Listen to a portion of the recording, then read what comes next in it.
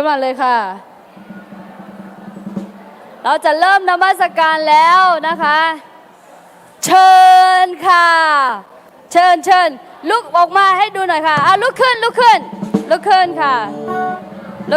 นมาค่ะคนที่อยากอยู่ข้างหน้ามาเลยมาตอนนี้เลยมาเลยค่ะเนี่ยมาแล้วมาเห็นก็เย็บหัวเดือดเทกูมาเย็บหัวเดือดมากุมเนี่ยกุลองที่โพชามากุลองชามาเด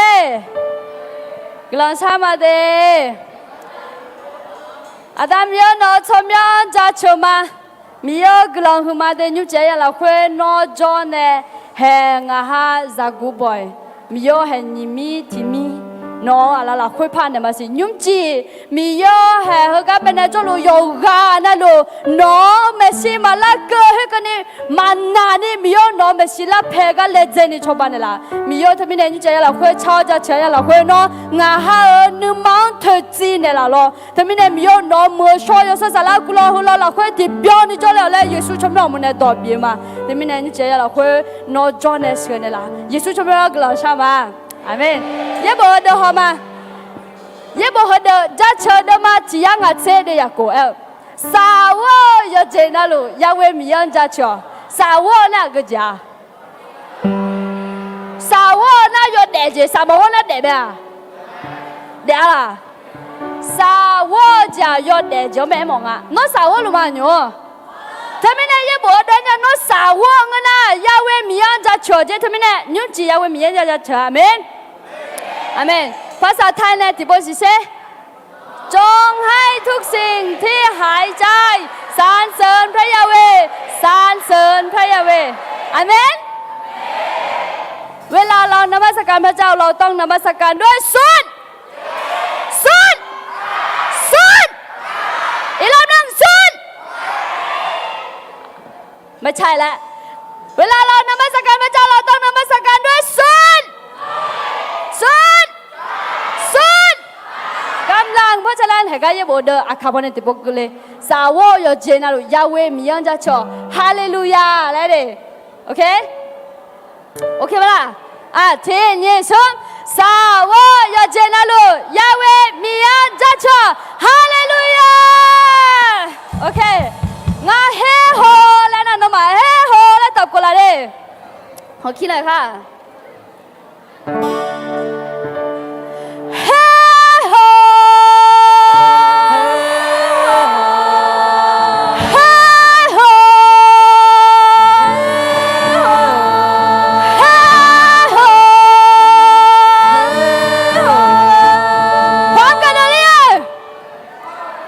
โอเคอีกรอบนึงนะเฮโหนะเราต้องพร้อมที่กระโดดชูมือขวาขึ้นมาสิชูมือขวาทุกคนโอเคทำตามอย่างนี้ด้วยเฮโห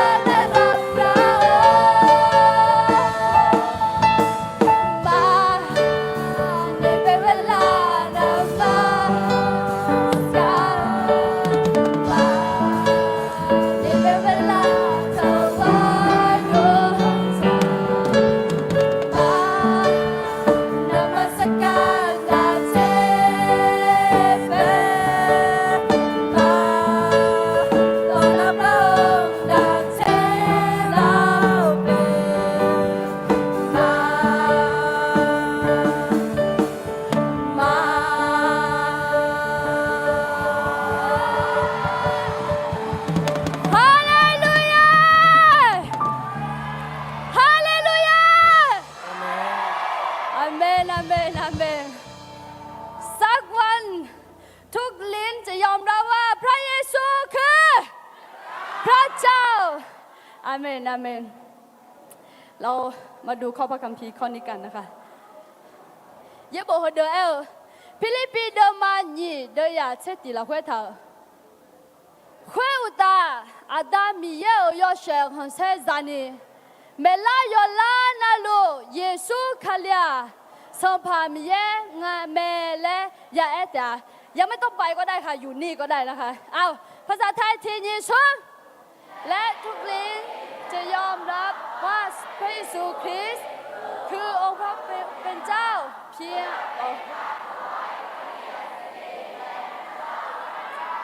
อาเมนสักวันทุกลิ้นจะยอมรับว่าพระเยซูเป็นพระเจ้าเพราะฉะนั้นเราจะไม่รอพรุ่งนี้เราจะไม่รอปีหน้าแล้วเราจะยอมรับพระเยซูว่าเป็นพระเจ้าตั้งแต่คืนนี้อาเมนอาเมนเพราะฉะนั้นเราให้พระเยซูเป็นพระเจ้าของเราได้ค่ะอาเมนไหมคะอาเมนเพราะฉะนั้น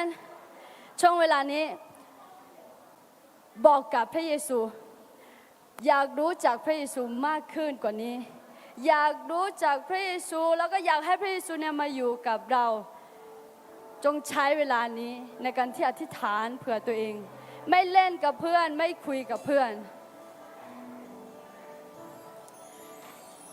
มีเยอะนัวงานโซกามีเยไหม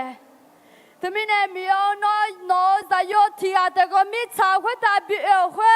งาหากระดูลายังเบบีคำเชื่อกระดูไหมมีเยอะแต่มีเนี่ยงาหายุ่งจีเอ็มเยซูคาลีงาหามีเยเปียวมาและยุ่งจีเนี่ยงาหาเอ็มอมีแต่มีเนี่ยมีเยอะนัวกุลาหุลลาคุยจอเลียเนี่ยน้องกาเจอายอนุมังเป็นเนเธอจีเนเชมีโยหงที่จอยอน้องกาจังสิญญาลังเงน้องเป็นเนอายอนัวมียังไงเลยฮะก็ยันนี่ชอบบ้านละแต่มีเนี่ยยูเจยละคุยตอนนี้เราจะเข้าไปหาพระเจ้าด้วยบทเพลงนี้กันนะคะเราจะไปบอกกับพระเจ้าว่าพระเยซูคือพระเจ้าของเราเข้าไปหาพระเจ้าและบอกว่าพระเยซูคือพระเจ้าของหนู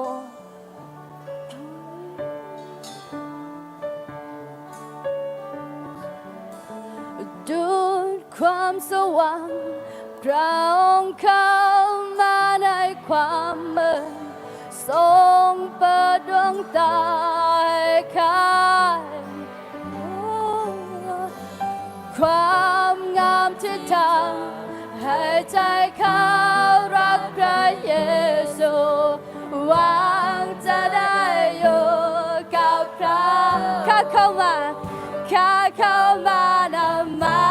สการข้าเข้ามาเพื่อกงกรรมข้ามาร้องว่าพระองค์เป็นพระเจ้าฮาเลลูยาสง่าสมควรรับการบูชาพระองค์ทรงแสนดีต่อชีวิตข้าองค์จอมราชาผู้ประทับในที่สูงยิ่งทรงพระสิริในสวรรค์ลงโลกที่ทรงสร้างโดยหัวใจทอมทรงยอมยากจนเพราะรักเราข้าเข้ามานมัสการข้าเข้ามาเพื่อกงกราบ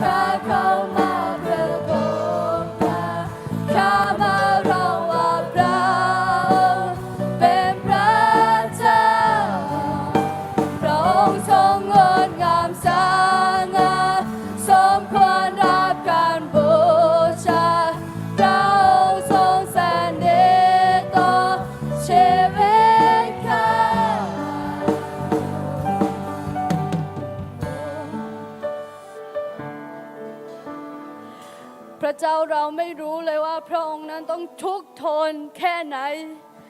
เพื่อที่จะตายแทนเราที่บนไม้กางเขนขอบคุณการเสียสละของพระองค์พระองค์ลงมายังโลกที่พระองค์นั้นทรงสร้างด้วยหัวใจที่ถ่อมมากเพื่อจะกู้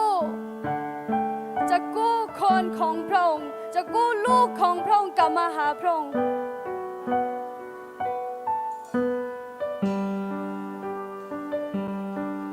เพราะฉะนั้นเราไม่มีเหตุผลใดที่จะไม่ยอมรับว่าพระเยซูเป็นพระเจ้าของเราเวลานี้อยากให้ชูมือขวาขึ้นมา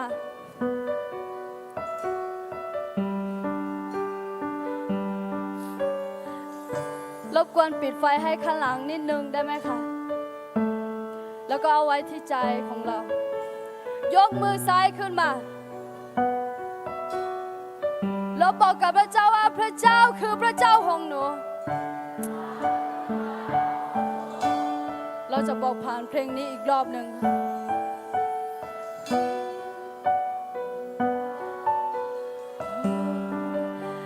แค่เข้ามานมัสการแค่เข้ามาเพื่อกองพระแค่มาร้องว่าพระองค์เป็นพระเจ้าพระองค์ทรงงดงามสง่าสมควรรับการบูชาพระองค์ทรงแสนดีต่อชีวิตข้าเข้ามานมัสการข้าเข้ามาเพื่อก้มกราบข้ามาร้องว่าพระองค์เป็นพระเจ้าพระองค์ทรงงดงามสง่าสมควรรับการบูชาพระองค์ทรงแสนดีต่อ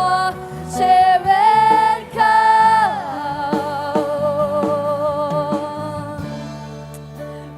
กลองมามิโยกลองมากลองมาพระเจ้าพร้อมที่จะยอมรับเรากลับมาหาพระองค์เสมอพร้อมที่จะอภัยทุกความผิดของเรา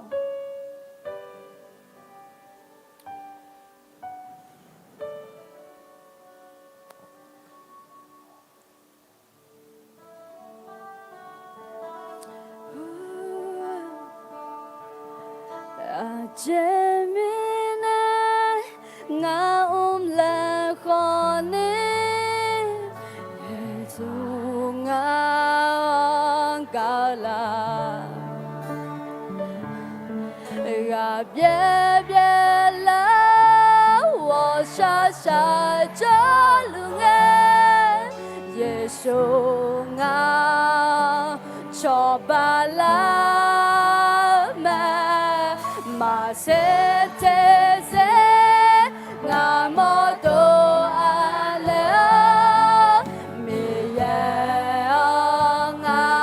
ปูมาโตแต่สิดอบยอนแต่ละกะงาเยงาสุขโอ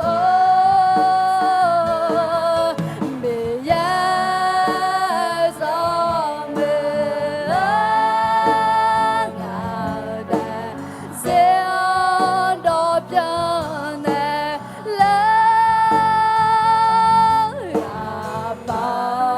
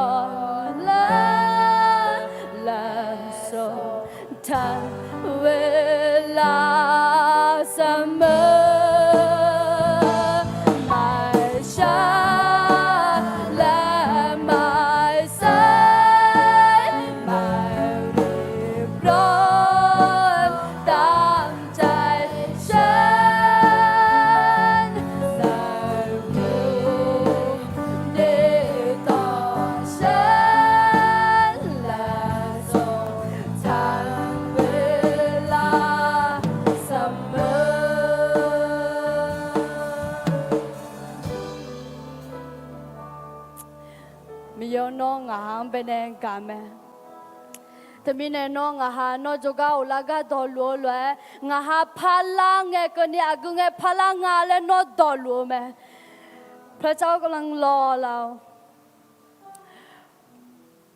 พระคุณของพระเจ้าไม่มีสิ้นสุดพระองค์นั้นดีพระองค์นั้นดี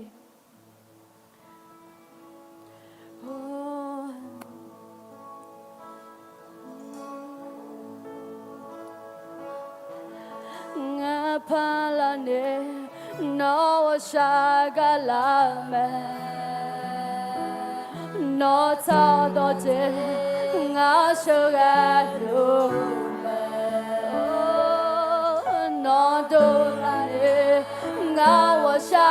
กาลาเม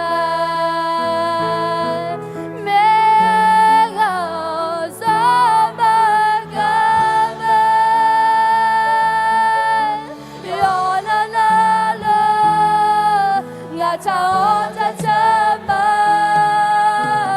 เงินมาเดินจะเชื่อมาไม่ยอมไม่ยอมสอมไม่ยอมไม่อยากจะเลี้ยวมาบอกไม่ยอมไม่ยอมสอม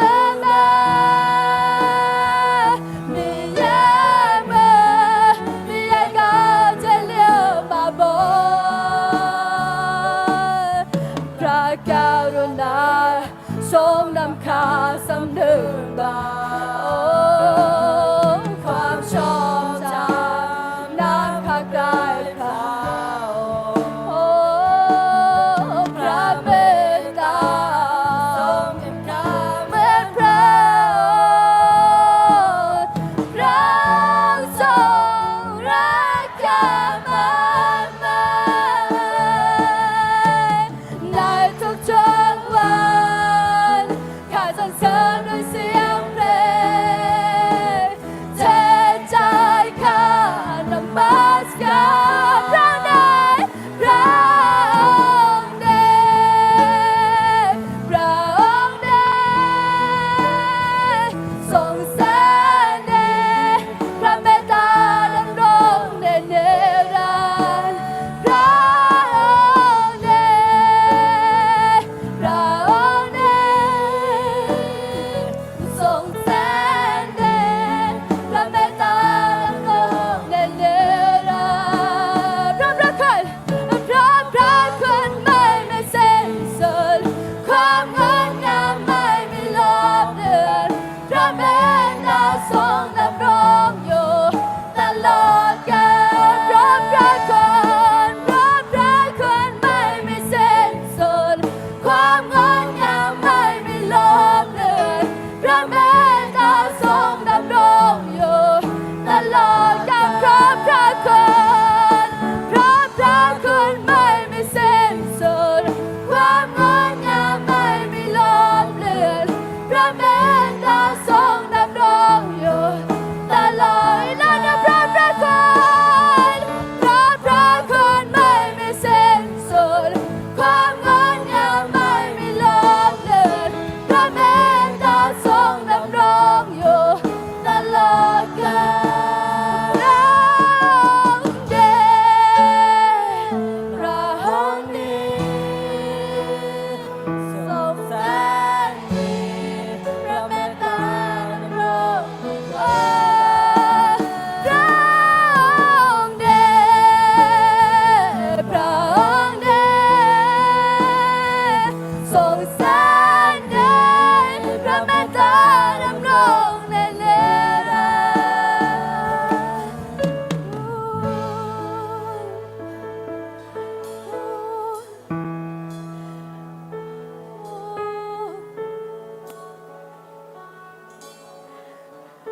มิโยกลองหุมามิโยกลองหุมามิโยกลองหุมา nó cá chê nó mưa cái nè nó cứ là nhớ cho anh nhớ cứ gia lu cái nè miêu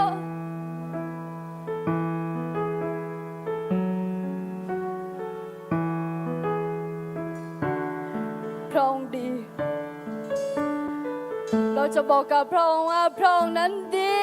มากๆเราจะบอกกับพระเจ้าด้วยสุดใจของเรา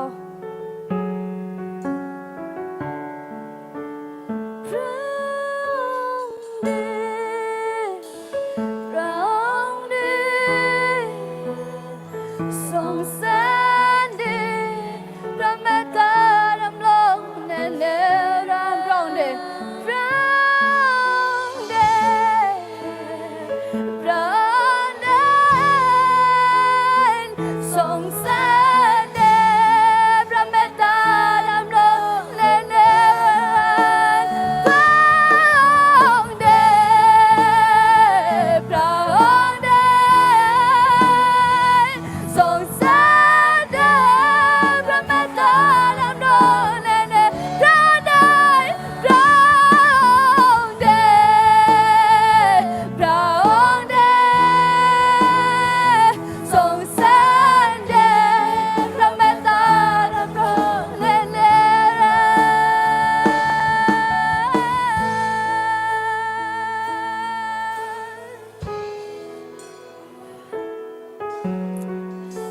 ขอบคุณพระเจ้าขอบคุณพระเจ้า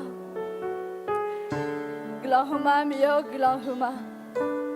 นอนอยู่เจแหกาจดูหัวชันจอดเลี้ยมีอะไรงาสิลามีมิโย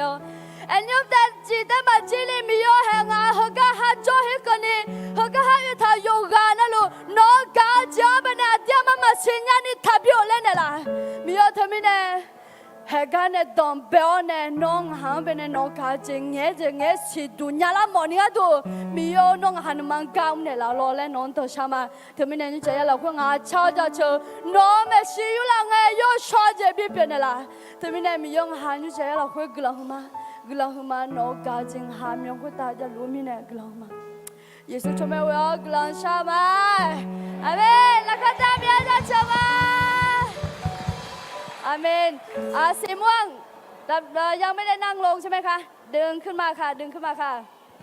ขึ้นมาเลยค่ะดึงเก้าอี้ตัวเองขึ้นมาเลยนะอย่างเงียบนะคะโอเค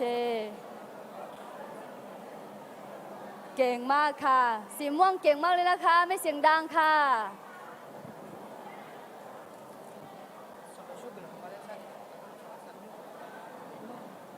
โอเคน้องๆครับโอเคพี่มีอะไรจะขอเนาะในค่ำคืนนี้เราจะมีการถวายทรัพย์นะครับเพราะฉะนั้นขอเชิญคนที่ถึงถุงถวายทรัพย์ออกมาข้างหน้าหน่อยครับ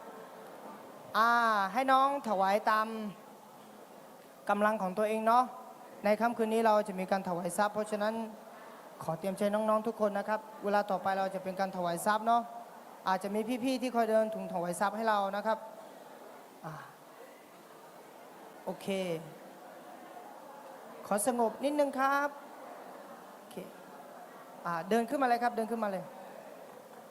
เราจะเดินลงไปจากข้างบนเลยเนาะ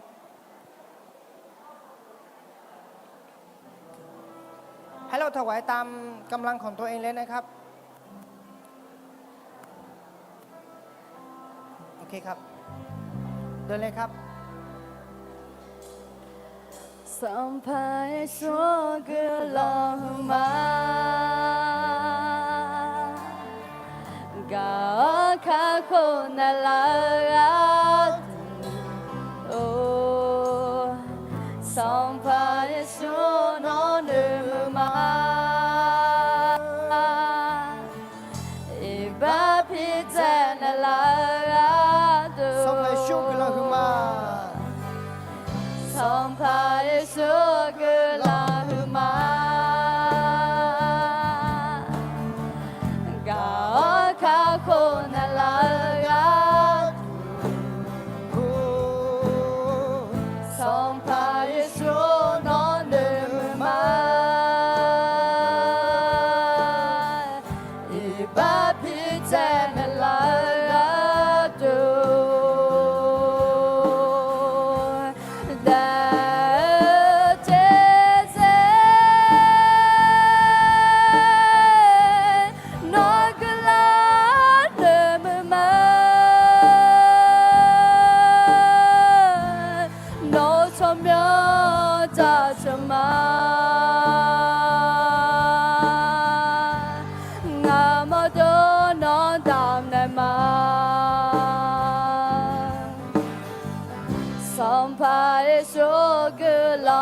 ma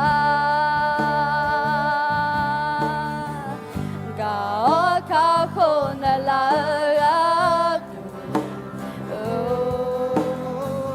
som pa su no de ma e ba pi na la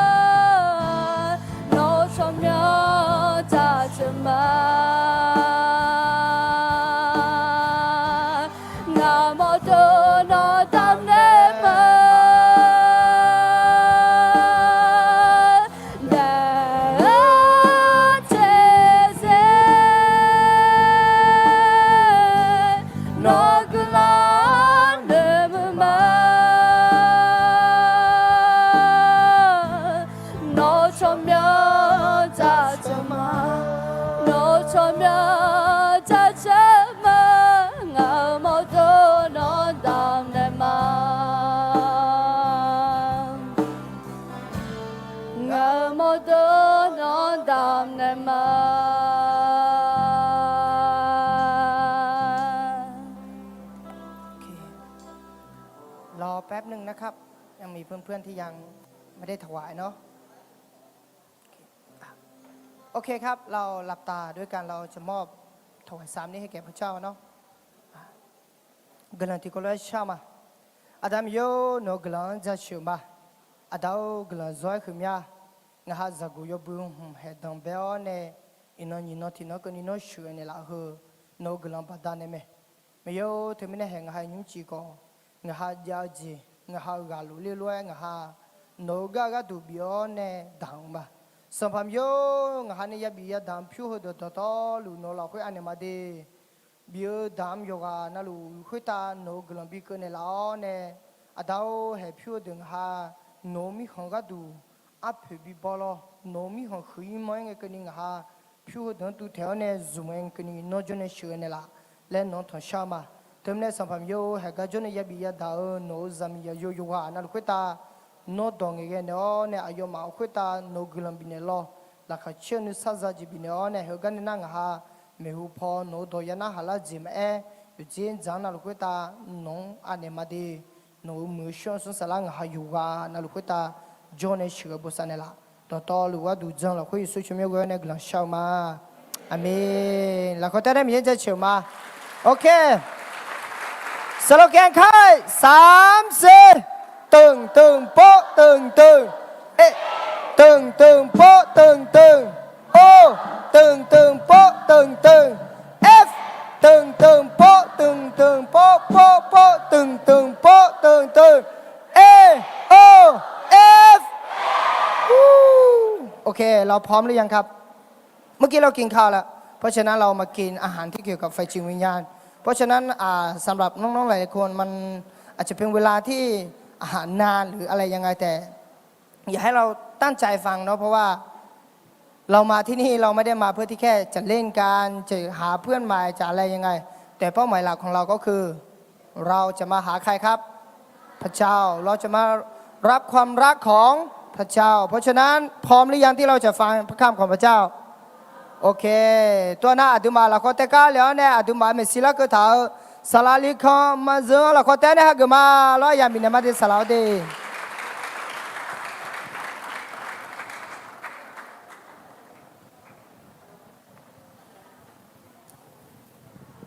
สวัสดีครับ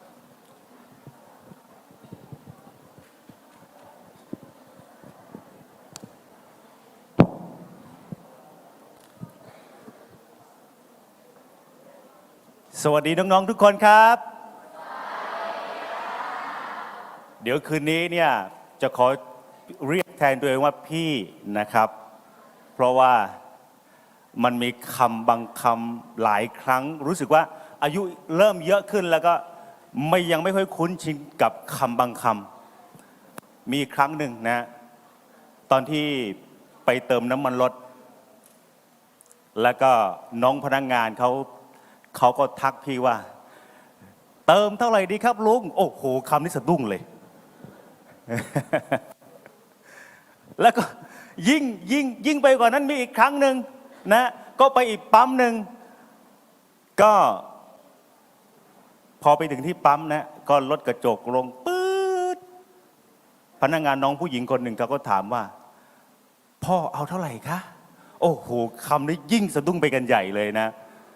นะครับก็เลยในค่ำคืนนี้อยากจะแทนตัวเองเป็นพี่แล้วก็น้องๆที่เป็นลูกค่ายทุกคนเป็นน้องสาวน้องชายของพี่ได้ไหมครับโอเคก่อนหนึ่งต้องขอแนะนำตัวเองก่อนนะพี่ชื่อพี่นัทชื่อภาษาขาก็เรียกลีคอนก็ได้ชื่อภาษาไทยก็เรียกพี่นัทก็ได้ภรรยาสุดสวยของพี่อยู่ที่นี่นะคนที่เป็นตากล้องให้ในค่ำคืนนี้นะครับแล้วก็เราสองคนก็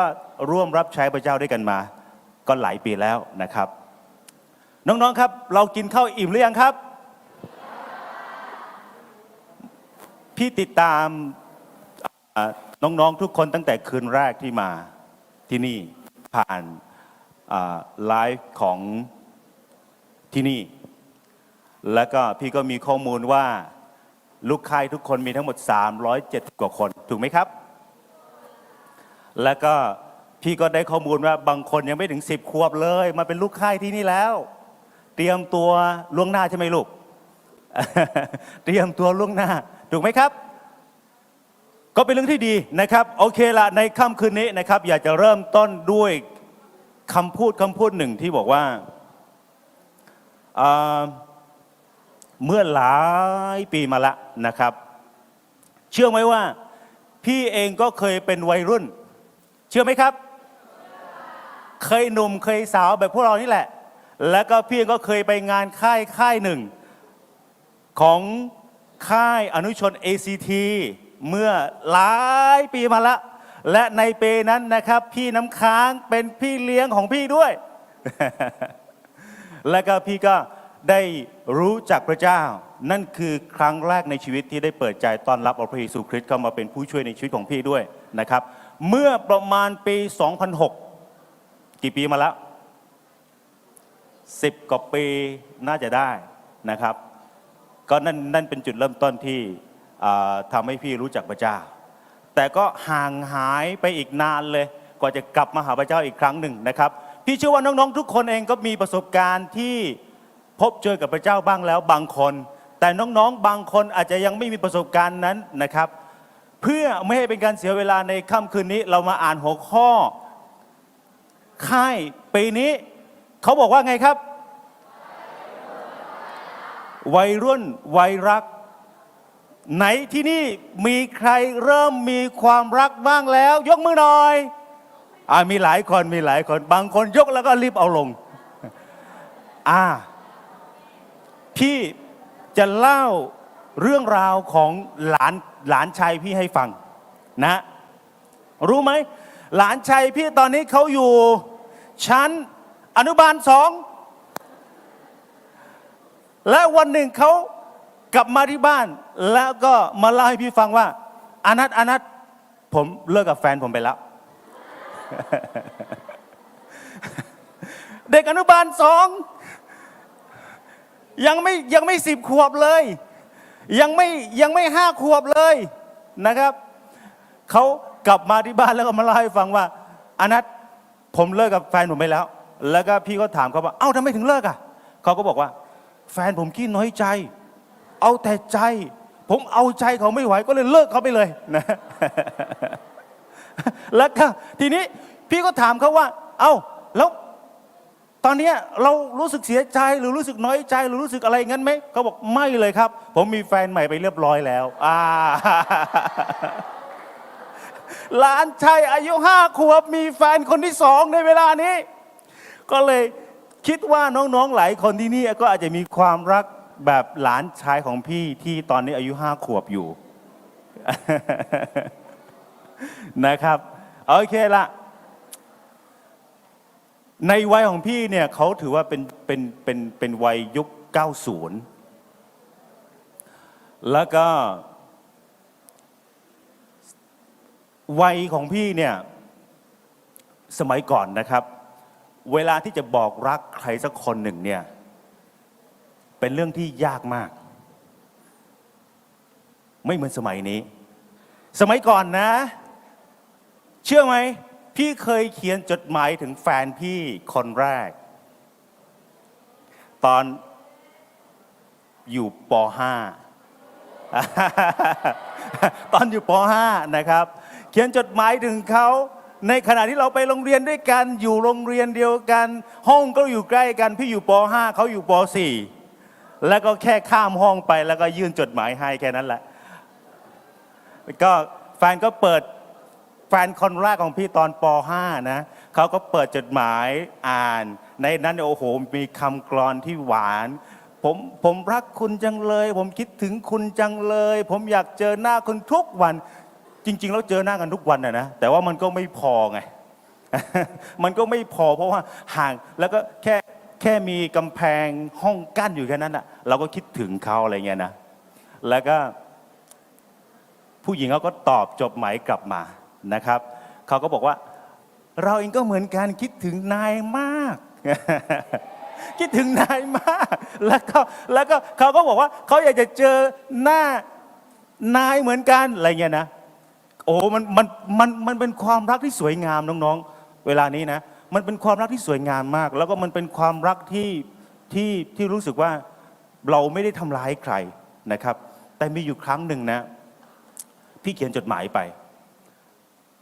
แล้วก็ปกติเนี่ยหลังจากเที่ยงนะเวลาที่เขาไปเข้าห้องน้ำเนี่ยเขาก็จะตอบกลับมาหาพี่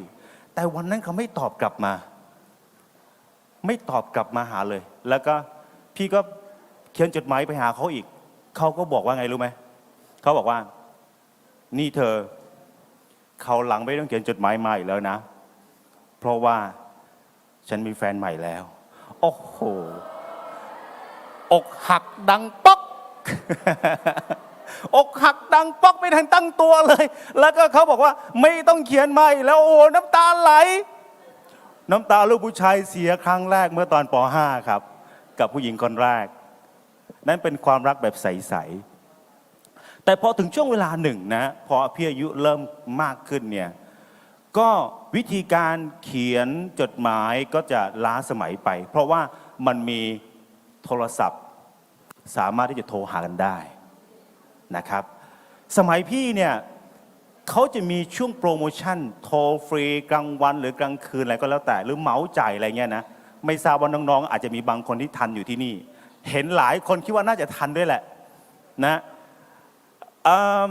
ตั้งแต่ตี 5 ถึง 5 โมงเย็นอะไรเงี้ยโทรฟรีอะไรเงี้ยนะสมัยก่อนมันจะมี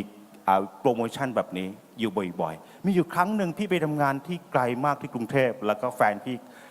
พี่คนที่2หลังจากที่จบป .6 แล้วพี่ต้องออกจากโรงเรียนนะเพราะว่าพี่เนี่ยเป็นลูกคนโตและอยากจะทำงานช่วยพ่อแม่อะไรเงี้ยครับก็เลยออกไปทำงานแล้วก็คิดถึงแฟนที่บ้านเขียนจดหมายคงอาจจะช้าไปก็เลยโทรศัพท์ไปหาเขาโทรกลับจากกรุงเทพมาที่พะเยาแล้วก็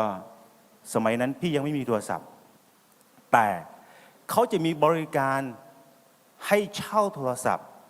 คือหมายถึงว่ามีโทรศัพท์เรียงๆกันอยู่ประมาณ10 เครื่องอะแล้วก็เขาก็จะคิดเราเป็นนาที5 บาทนาที2 บาท3 บาทก็ว่าไปโอ้โหน้องๆรู้ไหมเวลานั้นนะค่าโทรศัพท์แพงมากแล้วก็พี่เสียค่าโทรศัพท์ใน1 วันเนี่ยนะโทรหาแฟนคนนี้เนี่ยนะครับคิดถึงเขามากแล้วก็โทรหาเขาเนี่ยค่าแรงพี่ทั้งวันหมดไปกับค่าโทรศัพท์ ที่โทรหาเขาแต่วันเวลาผ่านไปยุคนี้การบอกรักของวัยรุ่นสมัยใหม่เปลี่ยนไปคำพูดก็เปลี่ยนไปด้วยนะซึ่งพี่ก็อาจจะไม่ค่อยเข้าใจความรู้สึกของน้องๆเท่าไหร่แต่ว่าพี่อยากจะแชร์ตรงนี้ให้ฟังว่าคำว่าจุงเบยของภาษาวัยรุ่นสมัยนี้หมายถึงอะไรครับจังเลยเหรอรักจุงเบยอะไรอย่างนี้ใช่ไหม รักจุงเบยน่ารักจุงเบยคิดถึงจุงเบยทำไมศัพท์ภาษาวัยรุ่นทำไมถึงไม่ใช้คำว่ารักเธอจังเลยคิดถึงเธอจังเลย ล้าสมัยใช่ไหมครับ และก็วิธีการบอกรักสมัยก่อนกับสมัยนี้เปลี่ยนไปยังไงรู้ไหมสมัยก่อนเนี่ยโทรศัพท์เราไม่ได้เห็นหน้ากันใช่ไหมครับโทรหาใครสักคนหนึ่งเราไม่ได้เห็นหน้าแต่สมัยนี้โอ้โหวิดีโอคอลกันถูกไหมครับใครผู้ชายหรือผู้หญิงที่คิดจะนอกใจแฟนของตัวเองแล้วก็ไปโกหกว่าเวลานี้ฉันอยู่ห้องนอนแต่แท้ที่จริงแล้วอยู่ที่ไหนสักแห่งบนโลกใบนี้คุณโกหกไม่ได้ต่อไปเพราะว่าแฟนของเราคนของเราเขาจะวิดีโอคอลมาและเขาจะรู้ทันทีว่าเรากำลังอยู่ที่ไหนถูกไม่ถูกฉะนั้นเวลานี้เราใช้ชีวิตลำบากมากขึ้น จะโกหกพ่อแม่ทั้งทีไม่ได้แล้วทีเนี้ยเราเข้ามหาลัยไปมหาลัยแต่ในขณะเดียวกันเวลาที่พ่อแม่โทรมาเราอาจจะอยู่อีกที่หนึ่งบนโลกใบนี้แล้วก็บอกกับพ่อแม่ว่าหนูกำลังอยู่มหาลัยพอแม่เปิดกล้องมาปุ๊บโอ้โหความแตกเลยใครเคยมีประสบการณ์แบบนี้บ้างโกหกแม่แล้วถูกจับได้มีไหมครับคิดว่าหลายคนมีนี่ข้างหน้านี่บอกผมเคยครับผมเคยครับ โอเคล่ะฉะนั้นวัยรักของรุ่นน้องๆกับรุ่นของพี่มันต่างกันแต่รักก็คือรักไม่ว่ากี่ยุคกี่สมัยผ่านไปเนี่ยความรักเป็นสิ่งที่สวยงามเสมอถูกไหมครับในค่ำคืนนี้นะอยากจะพาน้องๆทุกคนเนี่ยรักในแบบฉบับของพระคัมภีร์พี่อยากจะเสนอแล้วก็อยากจะนำน้องๆทุกคนเนี่ยให้รู้จักความรักในแบบของพระคัมภีร์มีคำถามกับน้องๆทุกคนที่นี่พระคัมภีร์ตั้งแต่ปฐมกาลถึงวิวรณ์เนี่ยมีกี่เล่มครับกี่เล่มครับพระคัมภีร์ทั้งหมดมีกี่เล่มครับใช่เปล่าเดี๋ยวเรามาดูด้วยกันว่าถูกไม่ถูกถูกไหมครับถูกต้องโอเคมีคำถามว่าพระคัมภีร์66เล่มแบ่งได้กี่ภาคครับคือ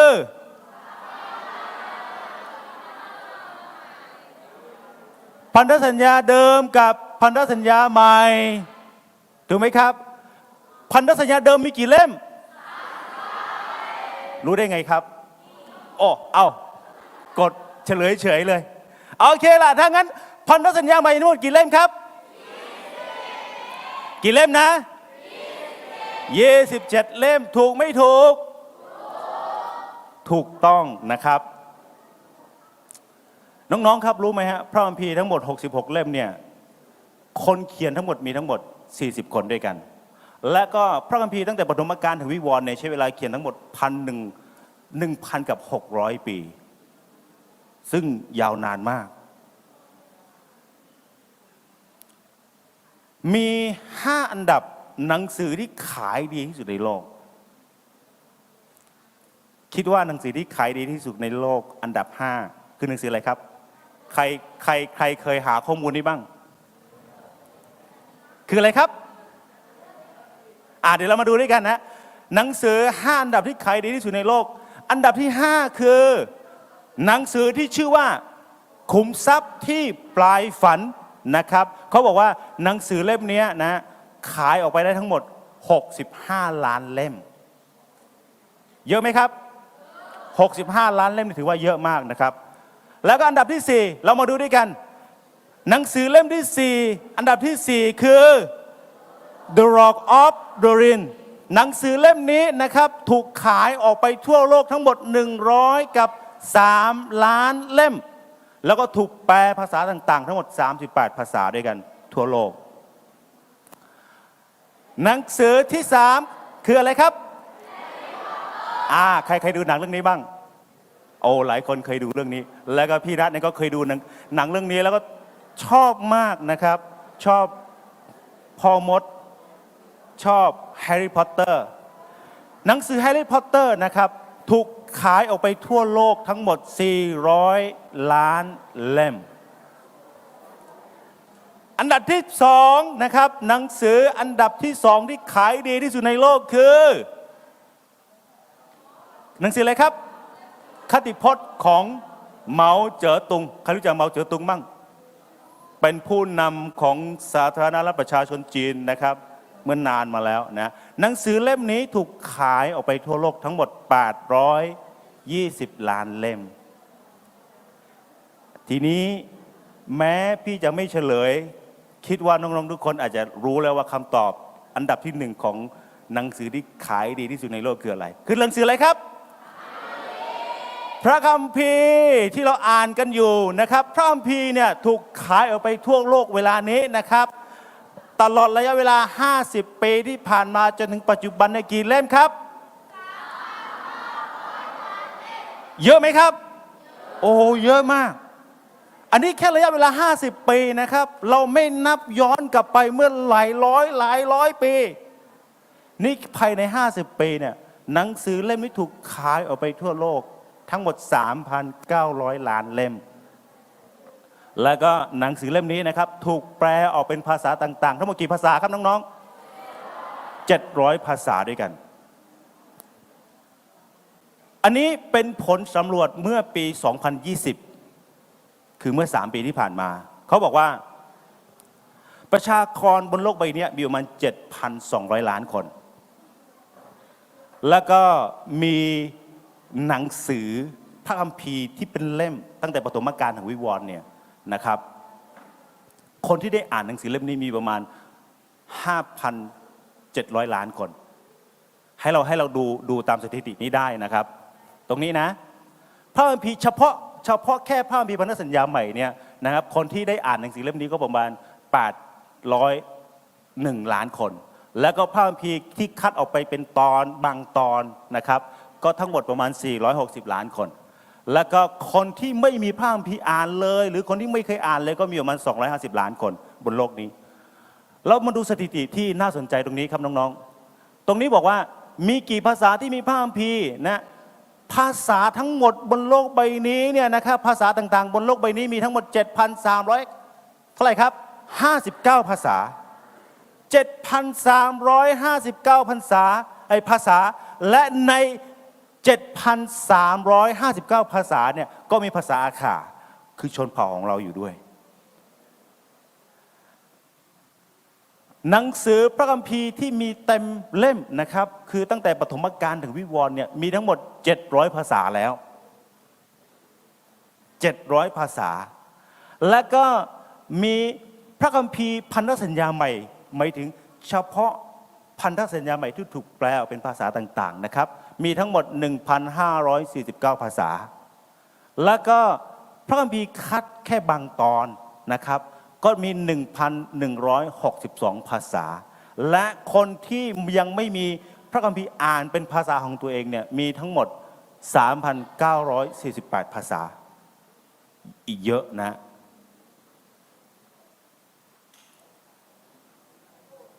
พระคัมภีร์พูดถึงเรื่องอะไรบ้างในคืนนี้อยากจะสอนน้องๆทุกคนพระคัมภีร์ทั้งหมดตั้งแต่ปฐมกาลถึงวิวรณ์เนี่ยสรุป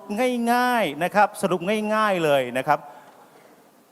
หนึ่งในนั้นเนี่ยก็พูดถึงเรื่องของการทรงสร้างของพระเจ้าคือพระเจ้าสร้างทุกสิ่งทุกอย่างบนโลกใบนี้นะครับพระเจ้าสร้างน้องๆทุกคนพระเจ้าสร้างสิ่งมีชีวิตที่อยู่ในน้ำที่อยู่ในบกพระเจ้าสร้างทุกสิ่งทุกอย่างบนโลกใบนี้และก็พระคัมภีร์ก็ยังบอกว่าพระคัมภีร์เนี่ยพูดเรื่องราวของที่พระเจ้านำชนชาติหนึ่งออกจากที่ไหนครับอียิปต์คือชนชาติอะไรครับอิสราเอลรู้ได้ไงครับอยู่บนจอโอเคละ พระคัมภีร์พูดถึงพระเจ้าทรงนำชนอิสราเอลออกจากประเทศอียิปต์และพระคัมภีร์ก็พูดถึงเรื่องของการมาประสูติหรือการมาบังเกิดของพระเยซูคริสต์เมื่อ 2,000 กว่าปีที่แล้วนะครับที่ประเทศอิสราเอลหมู่บ้านเบธเลเฮมและพระคัมภีร์ก็พูดถึงเรื่องราวของการถูกตรึงบนไม้กางเขนของพระเยซูคริสต์พระเยซูนะครับมีชีวิตอยู่บนโลกใบนี้แค่33 ปีแค่นั้นเองในสภาพร่างกายและพระองค์ก็ถูกจับและถูกตรึงบนไม้กางเขนซึ่งเดือนนี้ก็เป็นช่วงเทศกาลอีสเตอร์ คิดว่าน้องๆหลายคนได้ไข่แดงกันเมื่อสัปดาห์ที่ผ่านมาในใครได้ไข่แดงมาครับยกมือหน่อยแล้วโอ้โหนะครับเพียงก็กินไม่หวั่นไม่ไหวนะฮะมีพี่น้องสมาชิกเอามาให้เต็มไปหมดเลยนะครับพี่กับพี่บุจุนะครับภรรยาเอาแช่ไว้ในตู้เย็นแล้วก็ทำไข่ลูกเขยกินกัน แต่พระเยซูฟื้นขึ้นมาในวันที่3ฉะนั้นเทศกาลอีสเตอร์นะครับเป็นการเฉลิมฉลองการฟื้นคืนพระชนม์ของพระเยซูคริสต์จากความตายและในพระคัมภีร์เนี่ยพูดถึงเรื่องของการเสด็จมาครั้งที่2ของพระเยซูคือการเสด็จกลับมาครั้งที่2ของพระเยซูเนี่ยไม่มีใครรู้นะฮะบนโลกใบนี้ไม่มีใครรู้ว่าพระเยซูจะกลับมาเมื่อไหร่แต่วันหนึ่งพระเยซูจะเสด็จกลับมาแน่นอนอาจจะเป็นคืนนี้หรืออาจจะเป็นพรุ่งนี้หรืออาจจะเป็นปีหน้าเมื่อไหร่เราไม่รู้แต่วันหนึ่งพระเยซูจะเสด็จกลับมาและพระคัมภีร์พูดถึงเรื่องของอะไรครับฟ้าสวรรค์ใหม่และโลกใหม่คือสวรรค์สรุปง่ายๆพระคัมภีร์66เล่มมีเรื่องราวแค่นี้เองโอเคขอทบทวนนิดนึงพระคัมภีร์ตลอดทั้ง66เล่มนะครับพูดถึงเรื่องของการทรงสร้างของพระเจ้าคือพระเจ้าสร้างจักรวาลพระเจ้าสร้างโลกและพระคัมภีร์พูดถึงการที่พระเจ้านำคนอิสราเอลออกจากประเทศอียิปต์และพระคัมภีร์พูดถึงเรื่องของการมาประสูติของพระเยซูคริสต์บนโลกใบนี้เมื่อ 2,000 กว่าปีที่แล้วและพระคัมภีร์กำลังพูดถึงการที่พระเยซูถูกตรึงบนไม้กางเขนเมื่อ 2,000 กว่าปีที่แล้วและก็พระคัมภีร์พูดถึงเรื่องของการเสด็จกลับมาครั้งที่2ของพระเยซูคริสต์อีกเมื่อไหร่เราไม่รู้แต่วันหนึ่งพระเยซูจะเสด็จกลับมาแน่นอนและพระคัมภีร์กำลังพูดถึงเรื่องราวของฟ้าสวรรค์ใหม่ด้วยนี่คือใจความหลักของพระคัมภีร์ทั้ง66เล่มในค่ำนี้นะครับในค่ำคืนนี้พี่อยากจะสอนบทเรียนจากพระคัมภีร์จากชีวิตของชายคนหนึ่งที่ชื่อโยเซฟน้องๆมีใครเคยอ่านชีวประวัติของโยเซฟบ้างครับมีไหมเอ่ยโยเซฟคือใครเดี๋ยวเราจะมาเรียนรู้ด้วยกันนะครับในค่ำคืนนี้เนาะจากพระคัมภีร์พันธสัญญาเดิมในปฐมกาลบทที่37ถึงบทที่50เนี่ยเราจะเห็นเรื่องราวหนึ่งที่เกิดขึ้นในอิสราเอลนะครับโยเซฟมีพี่น้องทั้งหมด12คนและโยเซฟเนี่ยเป็นบุตรคนที่11นะครับเรื่องราวนี้เราจะมาดูด้วยกันและเราจะมาถอดบทเรียนจากเรื่องราวของโยเซฟด้วยกันในค่ำคืนนี้นะครับน้องๆครับไหนวัยรุ่นใครมีความฝันบ้างครับยกมือหน่อยแล้วใครมีความฝันครับคนที่ไม่ยกมือแสดงว่าไม่มีความฝันเลยใช่ไหม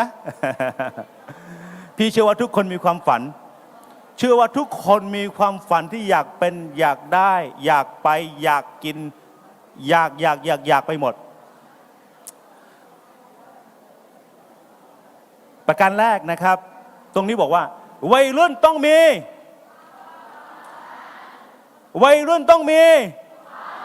ความฝันนะครับวัยรุ่นต้องมีความฝันของโยเซฟเนี่ยนะครับเขาฝันในขณะที่เขานอนเนี่ยเขาฝันว่ามีฟ่อนข้าวทั้งหมด12มัดด้วยกันแล้วก็มีฟ่อนข้าวมัดหนึ่งชี้หรือตั้งขึ้นแต่อีก11มัดเนี่ยโค้งกราบลงและโยเซฟก็ไปพูดเรื่องราวเหล่านี้กับพี่น้องของเขาทั้งหมด11คนแล้วก็พี่น้องทั้งหมด11คนของเขาเนี่ยก็เกิดความรู้สึกโกรธโยเซฟว่านี่เราเป็นน้องเนี่ยเรากำลังจะบอกว่าพี่ๆทั้งหมดจะต้องกราบต้องคำนับโยเซฟซึ่งเป็นน้องใช่ไหมเข้าใจผิดไปกันใหญ่โยเซฟมีความฝันขอถามน้องๆทุกคนว่าความฝันของน้องๆคืออะไร ความฝันของเราทุกคนที่อยู่ที่นี่คืออะไรบ้าง อะไรครับ อะไรนะ อยากกินขนม อยากนอนพัก โอ้โห อยากนอนเนี่ยอยากจะไปฝันเร็วใช่ไหมครับ โอเคละเดี๋ยวจะมาดูสิ่งที่พี่เตรียมมานะครับ บางคนที่นี่อาจจะมีความฝันที่ใหญ่มาก ฝันว่ามีเงิน ฝันอยากจะมีเงิน ฝันอยากจะร่ำรวยนะครับ ความฝันเนี้ยจะเกิดขึ้นได้ก็ต่อเมื่อ เราต้องมีความฝันที่อยากทำงานก่อนนะครับ บางคนเนี่ยอาจจะมีความฝันว่าวันหนึ่งถ้าฉันโตขึ้นมา ฉันจะไปเป็นเกษตรกร ไหนใครมีความฝันนี้บ้างยกมือหน่อยเร็วมีไหมครับอยากจะไปเป็นเกษตรกรนี่ดีนะครับ ดีที่ว่าถ้าเกิดว่าเราโตขึ้นมาแล้วเราอยากจะไปเป็นเกษตรกรเนี่ยรู้ไหมว่า พ่อแม่ของเราที่ส่งเราเรียนเนี่ยอาชีพของนั้นคืออะไรเกษตรกรครับอาชีพเกษตรกรเนี่ยส่งเสริมให้พวกเราเรียนให้เรามีเงิน ให้เรามีโทรศัพท์ทุกสิ่งทุกอย่างเกิดจากอาชีพเกษตรกรที่พ่อแม่กำลังทำอยู่บางคนอาจจะมีความฝันว่าโตขึ้นมาฉันจะเป็นครูไหนใครมีความฝันอยากเป็นครูมั้งครับมีหลายคนเลยมีหลายคนเลยหรือบางคนนะครับอยากจะเป็นตำรวจทหารเชื่อว่าผู้ชายหลายคนอยากจะเป็นตำรวจทหารอาจจะมีผู้หญิงบางคนที่อยากจะเป็นตำรวจทหารถูกไหมครับไหนใครมีความฝันที่ยกมือหน่อยครับอยากเป็นทหารอยากเป็นตำรวจโอ้โหมีผู้หญิงด้วยนะที่ยกมือหรือบางคนนะครับอยากจะเป็นนักธุรกิจหนุ่มนักธุรกิจสาวอยากจะประสบความสำเร็จหรือบางคนไม่แน่ใจว่าอาชีพนี้มีใครอยากจะทำหรือเปล่าอยากจะเป็นอาจารย์อยากจะเป็นศิษยิบาลในคริสตจักรไหนมีใครอยากจะเป็นผู้รับใช้ของพระเจ้ามั้งครับยกมือหน่อยครับมีหลายคนนะมีหลายคนขอพระเจ้าอวยพรน้องๆทุกคนให้เมื่อวันหนึ่งนะโตขึ้นมาแล้วก็เป็นผู้รับใช้ที่ศักดิ์สิทธิ์ของพระเจ้าอาเมนอาเมนรู้ไหมพี่เนี่ยไม่เคยมีความฝันอยากเป็นนักเทศนะพี่ไม่เคยมีความฝันอยากจะเป็นศิษยิบาลเป็นผู้รับใช้ของพระเจ้าแต่พอวันหนึ่งพระเจ้าเรียกให้มาเป็นผู้รับใช้ของพระเจ้าพี่รักอาชีพนี้พี่รักในการรับใช้พระเจ้าเป็นศิษยิบาลในคริสตจักรของพระเจ้าคือได้ดูแลคนได้สร้างคนได้สอนคนพี่รักอาชีพนี้บางคนนะครับบางคนเชื่อว่าทุกคนที่นี่มีความฝันอันนี้ครับคืออะไรครับแต่งงานวัยรุ่นต้องมีความฝันที่สูงสุดคือท้ายที่สุดแล้วต้องมีชีวิตคู่ถูกไม่ถูกนี่คือความฝันสูงสุดของคนหนุ่มคนสาวในอนาคตถูกไม่ถูก น้องๆครับอยากจะหนุนใจอยากจะเตือนสติฟังดีๆนะฟังดีๆเกี่ยวกับการเลือกคู่ครองพี่จะนำเราไปดูพระคัมภีร์ตอนหนึ่งนะครับพระคัมภีร์ตอนนี้ปรากฏอยู่ใน2 โครินธ์บทที่ 6 ข้อที่ 14พระคัมภีร์บอกว่าอย่าให้เราเข้าเทียมแอกกับผู้ที่ไม่เชื่อหมายความว่าอะไรหมายความว่าอย่าให้เราแต่งงานกับคนที่ไม่ได้เชื่อแบบเดียวกับเราในฐานะที่เป็นลูกของพระเจ้าเป็นคริสเตียนเราจะต้องหาคู่ครองที่เป็นคริสเตียนเหมือนกันเงียบกริบเลยเราในฐานะที่เป็นลูกของพระเจ้าเป็นคริสเตียนเราต้องหาคู่ครองหาสามีหาภรรยาที่รักพระเจ้าเหมือนกันอาเมนไหมครับน้องๆรู้ไหมจะหาสามีหรือภรรยาที่รักพระเจ้าได้จากที่ไหนที่ผับไหมที่ผับมีไหมครับ ที่คาราโอเกะมีไหมครับเราต้องไปหาสามีไปหาภรรยาของเราถ้าเราอยากได้คนที่รักพระเจ้าเนี่ยเราต้องไปหาสามี ภรรยาของเราที่คริสตจักรที่โบสถ์เป็นไปไม่ได้ที่เราจะไปหาคู่ครองของเราจากที่อื่นก็หนุนใจน้องๆนะครับว่าวันหนึ่งเนี่ยน้องๆทุกคนต้องโตเป็นผู้ใหญ่ วันหนึ่งน้องๆทุกคนต้องโตเป็นผู้ใหญ่และต้องมีครอบครัวอยากจะหนุนใจว่าให้เราหาคู่ชีวิตที่รักพระเจ้าเหมือนกันนะครับพี่กับภรรยาพี่เนี่ยเรามีความเชื่อที่เหมือนกันแต่ขอพูดถึงภรรยานิดหนึ่งรู้ไหมก่อนที่ภรรยาพี่เนี่ยจะมารู้จักพี่เขามีแฟนคนหนึ่งนั่นคือเรื่องอดีตนะเรื่องอดีตแต่อยากจะแชร์ประสบการณ์ให้ฟังว่าทำไมภรรยาถึงตัดสินใจเลือกพี่ทั้งที่พี่จนไม่มีอะไรเลยฟังดีๆนะภรรยาพี่เนี่ยเขาเรียนจบพยาบาลแล้วก็เป็นพยาบาลเขาเป็นมีอาชีพเป็นพยาบาลนะแต่ว่าวันนี้เขาลาออกจากอาชีพนั้นแล้วเขาไม่ทำงานที่โรงพยาบาลแล้วก็กลับมารับใช้ช่วยพี่รับใช้ที่โบสถ์ที่บ้านพี่แต่ก่อนหน้านั้นเนี่ยช่วงระหว่างที่เขาเรียนอยู่ที่มหาลัยเขาได้เจอผู้ชายคนหนึ่งนะครับซึ่งเขาเป็นคนที่ไม่ได้รู้จักพระเจ้าเลยแล้วก็พอใกล้จะจบใกล้จะเรียนจบภรรยาก็แฟนของภรรยาก็ถามภรรยาพี่ว่าจุสรุปตัวจะเปลี่ยนศาสนาก็แฟนของภรรยาเขาถามว่าจะเปลี่ยนศาสนาไหมถ้าไม่เลิกกันผู้ชายถามแบบนี้กับผู้หญิงตอบดิภรรยาพี่เลือกอะไรครับเลิกหรือยังคงอยู่ถ้าไม่เลิกวันนั้นคงไม่ได้เจอไอ้นัดคนนี้ ตัดสินใจเด็ดเดียวแต่การตัดสินใจนั้นภรรยาบอกยากมากเพราะว่ารักเขาแต่ก็ต้องเลือกระหว่างเลิกเชื่อแล้วก็ไปแต่งงานกับผู้ชายคนนี้ที่เขาไม่รู้จักพระเจ้าแต่พี่บุจุเลือกที่จะเลิกกับผู้ชายคนนี้แล้วก็ปล่อยเขาไปตามทาง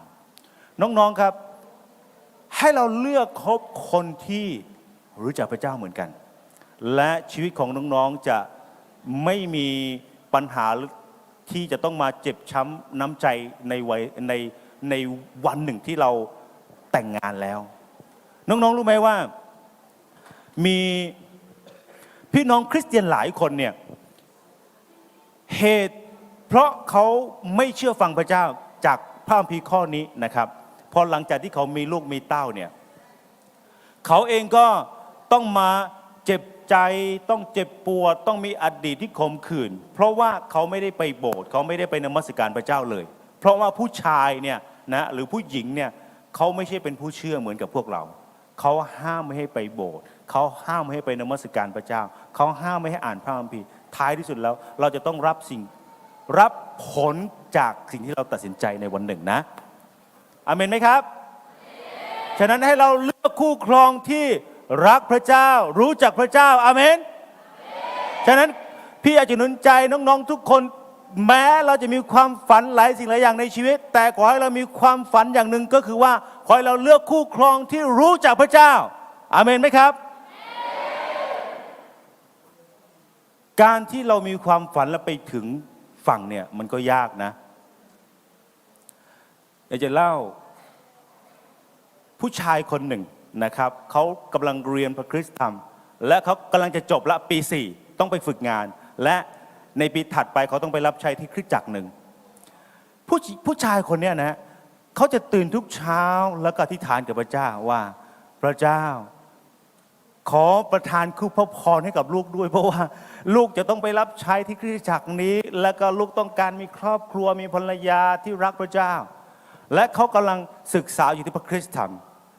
และเขากำลังขอหมายสำคัญกับพระเจ้าว่าถ้าเกิดในเช้าวันนี้ผู้หญิงคนที่เดินเข้ามาในครัวคนแรกนั่นลูกจะถือว่าเป็นคนที่พระเจ้าส่งมาให้เป็น เป็นคู่พระพรสำหรับลูกผู้ชายคนนี้นะอธิษฐานเสร็จก็เดินลงจากชั้นสองไปรอคอยที่ประตูทางเข้าห้องครัวอย่างใจจดใจจ่อและปรากฏว่ามีผู้หญิงคนหนึ่งสะสวยเดินเข้ามาที่ห้องครัวเป็นคนแรกผู้ชายคนนี้ดีใจมากว่าขอบคุณพระเจ้าพระเจ้าส่งผู้หญิงที่น่ารักที่สวยให้เป็นภรรยาของผมแต่เขาต้องการความชัดเจนมากขึ้นนะครับในเช้าวันต่อมาเขาก็อธิษฐานแบบเดิมเลยว่าถ้าผู้หญิงคนที่เดินเข้ามาในครัวเป็นคนแรกเนี่ยจะถือว่าคนนั้นเป็นคนที่พระเจ้าส่งมาให้ผมนะให้เป็นภรรยาผมนะเขาก็อธิษฐานแล้วก็เดินไปแอบอยู่ข้างๆแล้วก็กำลังเฝ้าดูอย่างใจจดใจจ่อว่าจะมีผู้หญิง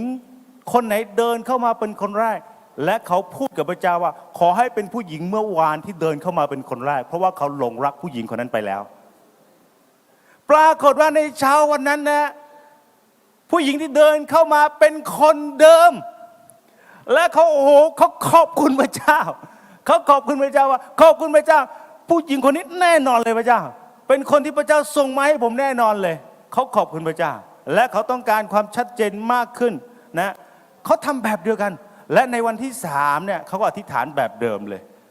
บอกว่าถ้าผู้หญิงคนแรกที่เดินเข้ามาในครัวเนี่ยจะเป็นผู้หญิงที่พระเจ้าส่งมาให้ผมเป็นคู่พระพรเป็นภรรยาผมและเขาก็ไปแอบอยู่ข้างๆและก็กำลังจ้องดูอย่างใจจดใจจ่อว่าจะเป็นผู้หญิงที่เดินเข้ามาในครัว2 วันติดกันผลปรากฏวันนี้ไม่เป็นอย่างที่คิดผู้หญิงที่เดินเข้ามานะฮะคือแม่บ้านแก่ๆที่เคี้ยวหมากแล้วก็กำลังถือไม้กวาดเดินมากวาดห้องครัวแล้วก็ชายคนนี้ตกใจโอ้พระเจ้านี่ไม่ใช่คู่พระพรผมแน่นอนคนนี้ไม่เอาพระเจ้าหลายครั้งเราอธิษฐานกับพระเจ้านะเราอธิษฐานกับพระเจ้าเนี่ยเราต้องการแบบไหนเราอธิษฐานกับพระเจ้าและเรากำลังบีบคอพระเจ้าพระเจ้าต้องตามใจผมที่ผมไม่เอาคนนี้แต่ผมจะเอาคนเมื่อวานเนี่ยน้องๆครับการอธิษฐานกับพระเจ้าไม่ใช่ไปบังคับพระเจ้าว่าพระเจ้าต้องทำให้ผมแบบนี้นะทำให้หนูแบบนี้นะแต่เราต้องปล่อยให้เป็นน้ำพระทัยของพระเจ้าให้เป็นไปตามธรรมชาติรอคอยจังหวะเวลานิดนึงอย่ารีบใจร้อนถ้าใจร้อนนะครับเราจะพลาดบางทีเราไปหาคู่ครองของเราในโบสถ์ในคริสตจักรดีไม่ดีเขาเป็นคริสเตียนแต่เปลือกนอกแต่ข้างในไม่ใช่ฉะนั้นเราต้องใช้ระยะเวลาในการที่คบหาดูใจกับคนเหล่านี้ไม่ว่าจะเป็นผู้หญิงผู้ชายศึกษาดูใจกว่าพี่กับภรรยาพี่จะแต่งงานกันนะเราใช้เวลาศึกษาดูใจกันทั้ง3 ปีปีที่4เราถึงค่อยแต่งงานกันแล้วก็อยากจะบอกเคล็ดลับอย่างหนึ่งนะครับเวลาที่เราคบหาดูใจใครสักคนหนึ่งเนี่ยให้เป็นตัวของตัวเองให้มากที่สุดน้องๆที่นี่อาจจะไม่เข้าใจสิ่งที่พี่พูดแต่น้องๆคนที่เป็นหนุ่มเป็นสาวข้างหลังรู้ถึงสิ่งที่พี่กำลังจะพูดให้เราเป็นตัวของตัวเองให้มากที่สุดเวลาไปเจอผู้ชายเวลาไปเจอผู้หญิงอย่าหล่อเป็นพิเศษอย่าสวยเป็นพิเศษบางคนไปร้านเสริมสวยเป็นชั่วโมงเพื่อจะไปเจอใครสักคนหนึ่งนะครับแต่งตัวสะสวยแต่หลังจากนั้นนะเราก็ปล่อยตัวเองและความสะสวยตรงนั้นก็หายไปเพราะเราไม่ได้ไปร้านเสริมสวยให้เป็นตัวของตัวเองให้มากที่สุดรู้ไหมในคืนแรกที่พี่นักเดทกับภรรยาพี่วันที่4 กุมภาที่งานพ่อขุนพี่บอกเขาว่าน้องพี่มีเงินอยู่ 1,000 บาทนะ มีงบอยู่ 1,000 จะเที่ยวเท่าไหร่เที่ยวเต็มที่แต่พี่มีงบอยู่ 1,000 บาทแค่นั้นปรากฏว่าคืนนั้นงบ 1,000 ไม่หมด และเรา2 คนเนี่ยตั้งแต่ครั้งแรกที่เจอกันเนี่ยเราเป็นตัวของตัวเอง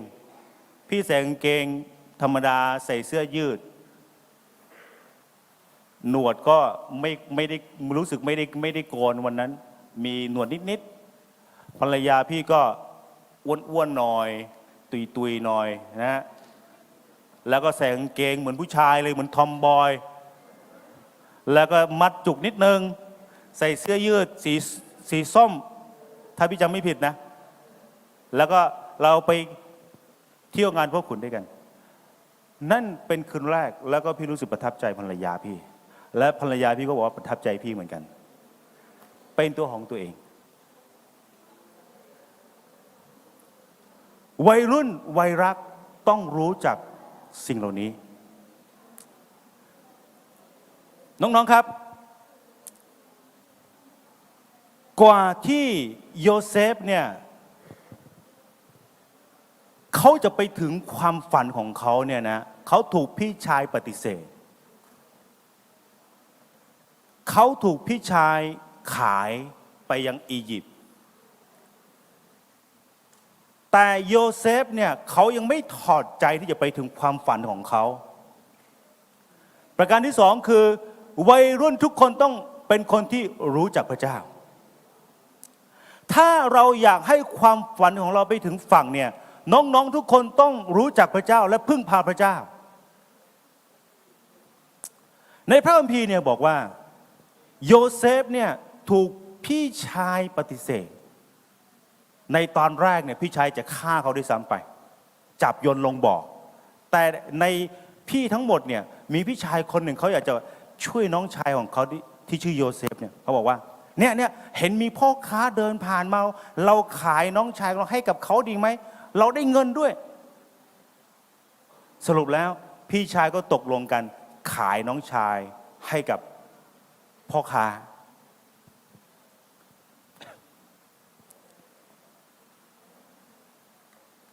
เรื่องราวในพระคัมภีร์ตอนนี้เกิดขึ้นตอนที่โยเซฟเนี่ยอายุประมาณ17 ปีนะ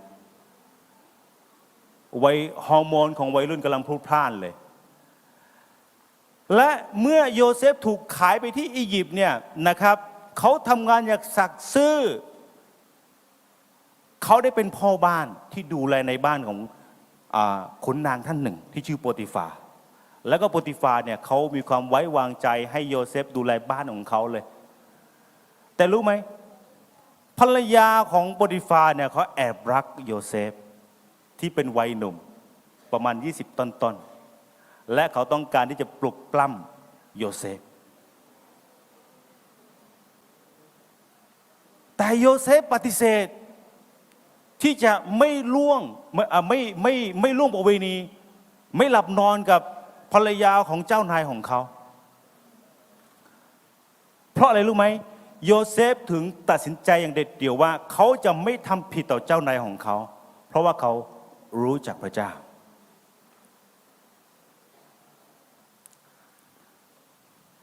พอหลังจากที่โปติฟากลับมาที่บ้านแล้วก็ภรรยาของเขาเนี่ยใส่ร้ายโยเซฟบอกว่าเนี่ยลูกน้องของคุณเนี่ยจะมาปล้ำดิฉันทีนี้โปติฟาก็โกรธเป็นฟืนเป็นไฟเลยจับโยเซฟขังคุกแต่ในขณะที่อยู่ที่คุกเนี่ยโยเซฟด้วยที่ว่าเขารู้จักพระเจ้านะครับเขาก็ยังสัตย์ซื่อเขาก็ยังทำหน้าที่ที่ได้รับมอบหมายจากในคุกจนในคุกไว้ใจเขาแล้วก็ให้เป็นผู้ที่ดูแลบรรดานักโทษที่อยู่ในคุกถ้าเกิดโยเซฟไม่รู้จักพระเจ้าก็คงอาจจะถอดใจไปแล้ว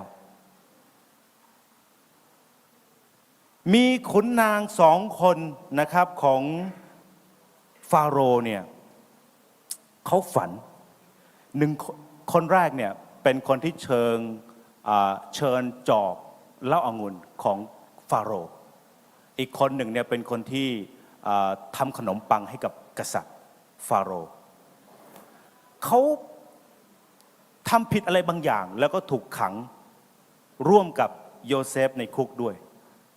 และก็ในคืนหนึ่งเขามีความฝันแล้วก็เขากลุ้มใจมากเขาไม่รู้ว่าความฝันนั้นคืออะไรนะครับแล้วก็เมื่อโยเซฟเห็นเขาเนี่ยโยเซฟก็รู้สึกว่า2 คนนี้ต้องมีอะไรบางอย่างที่ทุกข์ใจเขาก็เลยถามกับคนแรกในพระคัมภีร์นี่บอกว่าอย่างนี้ครับคนที่เป็นคนที่เชิญถ้วยเสวยเนี่ยเขาก็เล่าให้โยเซฟฟังว่าเมื่อคืนเขาฝันว่า มีเถาองุ่นอยู่3 กิ่งอยู่ตรงหน้าของเขาแล้วก็สักพักหนึ่งก็มีช่อกลายเป็นลูกองุ่นสุกแล้วก็ถ้วยของกษัตริย์ฟาโรห์ก็อยู่ในมือของเขาและเขาเองก็ไม่รู้ว่าความฝันนั้นคืออะไรเมื่อโยเซฟได้ยินสิ่งเหล่านี้เนี่ยโยเซฟก็ทำนายความฝันของข้าราชการคนนี้ว่าภายใน3 วันเนี่ยเขาจะถูกกษัตริย์ฟาโรห์เนี่ยเชิญกลับไปทำหน้าที่เดิมคือการเชิญถ้วยเหล้าองุ่นแล้วก็มีคนหนึ่งนะครับที่เป็นคนที่ทำขนมปังให้กับกษัตริย์ฟาโรห์เขาก็มีความฝันและเมื่อเขาได้ยินสิ่งที่โยเซฟทำนายความฝันให้กับคนแรกเนี่ยเขาก็รู้สึกดีใจว่าโอ้ถ้าเกิดคนแรกมีความเขาได้กลับไปทำหน้าที่อย่างเดิมของเขาเนี่ยผมเองก็น่าจะต้องกลับไปทำหน้าที่แบบเดิมด้วยเขาก็เลยเล่าความฝันของเขาให้กับโยเซฟฟังบอกว่าในพระคัมภีร์นี่บอกว่าเขาเห็นมีกระจาดอยู่ขนมอยู่3 ใบตั้งอยู่ที่บนศีรษะของเขาและในกระจาดนั้นเนี่ยมีขนมสารพัดที่พนักงานทำขนมเนี่ยทำกันแล้วก็มีนกมากินขนมที่วางอยู่บนกระจาดบนหัวของเขาและเมื่อเขาพูดสิ่งเหล่านี้ให้กับโยเซฟฟังเนี่ยโยเซฟทำนายความฝันให้เขาบอกว่าไปใน3 วันเนี่ยท่านจะต้องถูกตัดหัวแน่นอนโอ้โหคนนี้ได้ฟังและไม่เป็นอย่างที่เขาคิดเลยผลปรากฏว่า3 วันผ่านไปนะครับคนแรกได้ไปทำหน้าที่อย่างเดิมของเขาแต่ไอคนที่2เนี่ยถูกตัดหัวตามที่โยเซฟทำนายฝันให้และโยเซฟบอกให้กับคนที่เขาได้ไปทำหน้าที่เดิมของเขาคือการเชิญถ้วยเหล้าองุ่นในวัง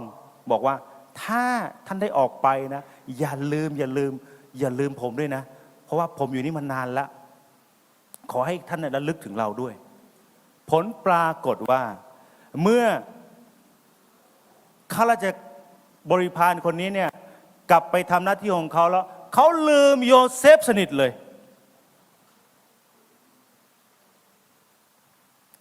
น้องๆครับ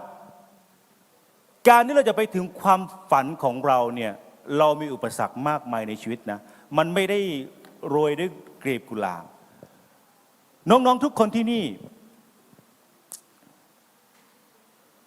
มีหน้าที่ที่ต้องทำในเวลานี้คืออะไรครับเรียนหนังสือถ้าเราอยากจะเรียนหนังสือเก่งๆสอบได้ที่1 เกรด 4เรามัวแต่เล่นโทรศัพท์เล่นเกมเราไปถึงฝันเราไหมครับถึงไม่ถึงแน่นอนนะฉะนั้นขอหนุนใจน้องๆทุกคนที่นี่ว่าถ้าเรามีความฝันที่อยากจะเรียนเก่งๆวันหน้าเราอยากจะเข้าในมหาลัยที่เราใฝ่ฝันอยากจะเข้าเรียนเราอยากจะเข้าไปเรียนอาชีพสาขาวิชาชีพที่เราอยากจะเป็นเนี่ยน้องๆทุกคนต้องมีวินัยกับตัวเองแต่การที่จะมีวินัยกับตัวเองได้เนี่ยเราต้องพึ่งพาพระเจ้าเหมือนกับโยเซฟที่เขาพึ่งพาพระเจ้าแม้เขาจะไม่ได้ทำความผิดอะไรเลยเขาไม่ได้ไปปลุกปั้มภรรยาของโปติฟาแต่ภรรยาของโปติฟากลับใส่ร้ายเขาบอกว่าโยเซฟเนี่ยเขาจะเข้ามาทำไม่ดีไม่ร้ายกับเขาและเขาต้องเข้าไปอยู่ในคุกโดยที่เขาไม่ได้ทำความผิดอะไรเลยแต่โยเซฟไม่ได้กลัวหรือเสียใจกับสิ่งที่เกิดขึ้นแต่เขายังกลับยึดมั่นในพระเจ้าเขายังมีวินัยกับพระเจ้าและเขาอธิษฐานกับพระเจ้าเขาใช้เวลากับพระเจ้าฉะนั้นเนี่ยน้องๆทุกคนที่นี่เมื่อเรามีความฝันของเราเองจะต้องทำวันนี้ให้ดีวันพรุ่งนี้ก็ขอให้ทำให้ดีวันต่อไปทุกวันของเราก็ต้องทำให้ดีเป็นนักเรียนที่มีวินัยเป็นนักศึกษาที่มีวินัยเป็นเด็กดีของพ่อแม่เมื่อเราเชื่อฟังพ่อแม่ เมื่อเราเป็นเด็กดีของพ่อแม่ และเมื่อเราเป็นลูกที่น่ารักของพระเจ้า แน่นอนครับ เราทุกคนจะไปถึงความฝันของเรา ภรรยาพี่เนี่ยเขาไม่เคยนอกลูกนอกทางได้เลยตั้งแต่อนุชนคือในวัยของเราเนี่ยนะครับเขาตั้งใจเรียน เด็กดอยคนหนึ่งไปสอบเข้าโรงเรียนในอำเภอฝาง น้องๆรู้ไหมมีคนเมืองหลายคนอยากจะสอบเข้าโรงเรียนแห่งนี้แต่สอบเข้าไม่ได้แต่ทำไมคนดอยภรรยาของพี่เนี่ยนะคือพี่น้องชนเผ่าแบบเราเนี่ยทำไมเขาถึงสอบเข้าโรงเรียนดังๆในอำเภอฝางได้เพราะเขามีวินัยในการทบทวนบทเรียนเขาสอบเข้าโรงเรียนแห่งนี้และสิ่งหนึ่งที่เขาทำก็คือเขาพึ่งพาพระเจ้าแล้วก็แม่ของภรรยาก็เป็นคนที่รักพระเจ้าเขาพึ่งพาพระเจ้าทุกอย่างก็เลยเป็นไปตามที่เขาคิดหมายไว้จนท้ายที่สุดนะครับภรรยาพี่เนี่ยเขาสอบเข้ามหาลัยพายัพที่เชียงใหม่ได้และเขาเรียนจบสาขาพยาบาลและเขาก็ได้ทำงานในสายที่เขาเลือกแต่พอวันหนึ่งพระเจ้าเรียกเขาให้กลับมาช่วยที่คริสตจักรเขาก็ตัดสินใจแต่การตัดสินใจของเขาเนี่ยไม่ใช่เป็นเรื่องง่ายเพราะว่าเขาต้องทิ้งเงินเดือนหลักหมื่นหลายๆหมื่นเพื่อจะกลับมารับใช้พระเจ้าที่บ้านการที่ไปถึงฝันที่เราวางไว้เนี่ยมันไม่ง่ายน้องๆทุกคนเองก็ไม่ง่ายที่เราจะไปถึงความฝันนั้นแต่ขอให้เรายึดมั่นสิ่งที่เราฝันไว้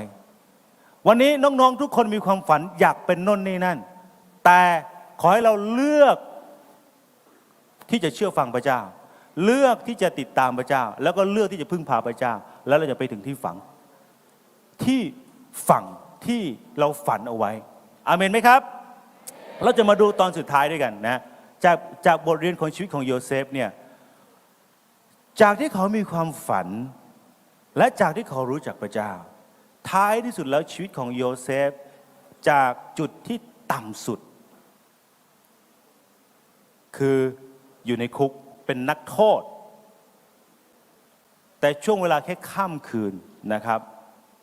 โยเซฟถูกพระเจ้ายกชูเราอ่านด้วยกันเราอ่านหัวข้อนี้ด้วยกันครับ1 2 3วัยรุ่นที่พระเจ้ายกชูพระเจ้าจะยกชูวัยรุ่นแบบไหนคนแบบไหนที่พระเจ้ายกชูก็ต้องเป็นคนที่รู้จักพระเจ้ารู้ว่าเวลานี้พระเจ้าให้เราทำอะไรรู้ว่าเวลานี้เราควรทำอะไรรู้ว่าเวลานี้เรากำลังทำอะไรอยู่มาวันหนึ่งนะครับกษัตริย์ฟาโรห์เขาฝันว่ามีวัวอ้วนพีอยู่7 ตัวแต่ทันทีทันใด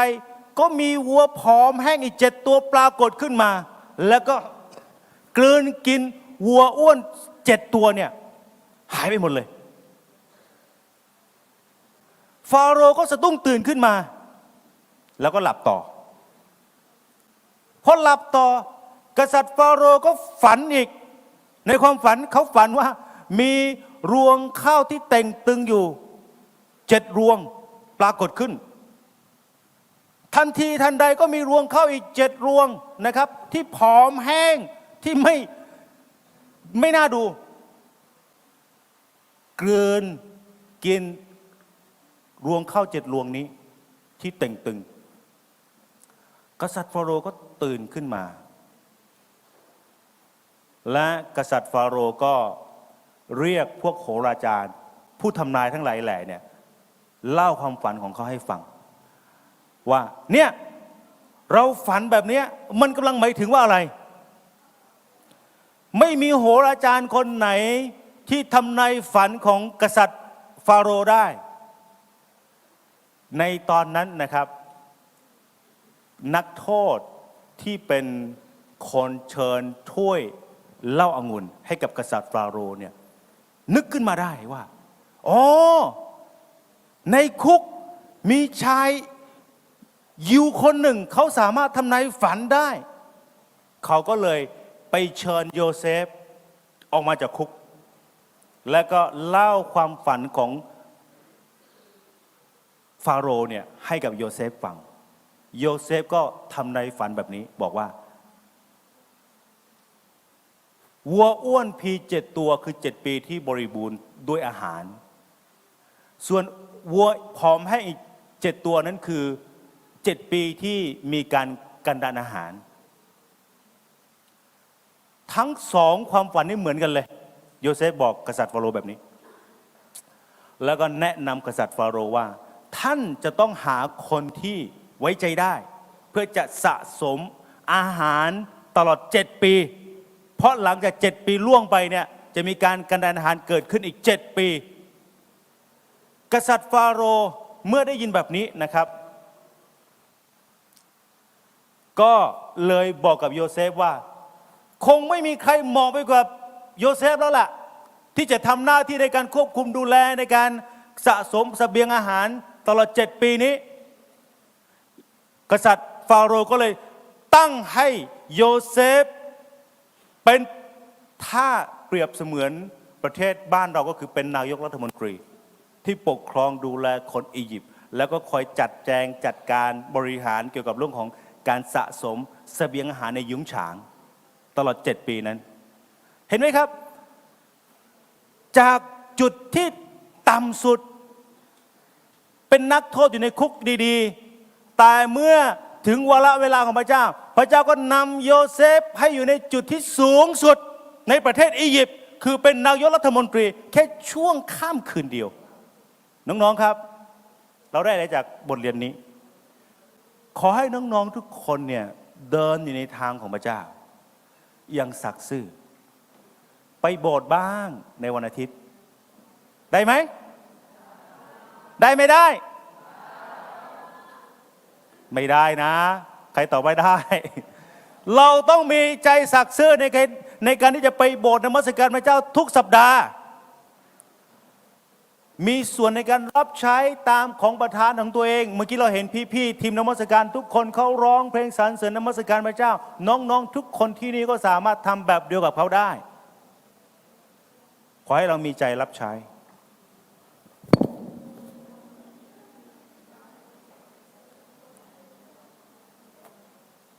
อยากจะให้น้องๆทุกคนอ่านข้อพระคัมภีร์ข้อนี้ด้วยกันในมัทธิวบทที่6ข้อที่33ครับ1 2 3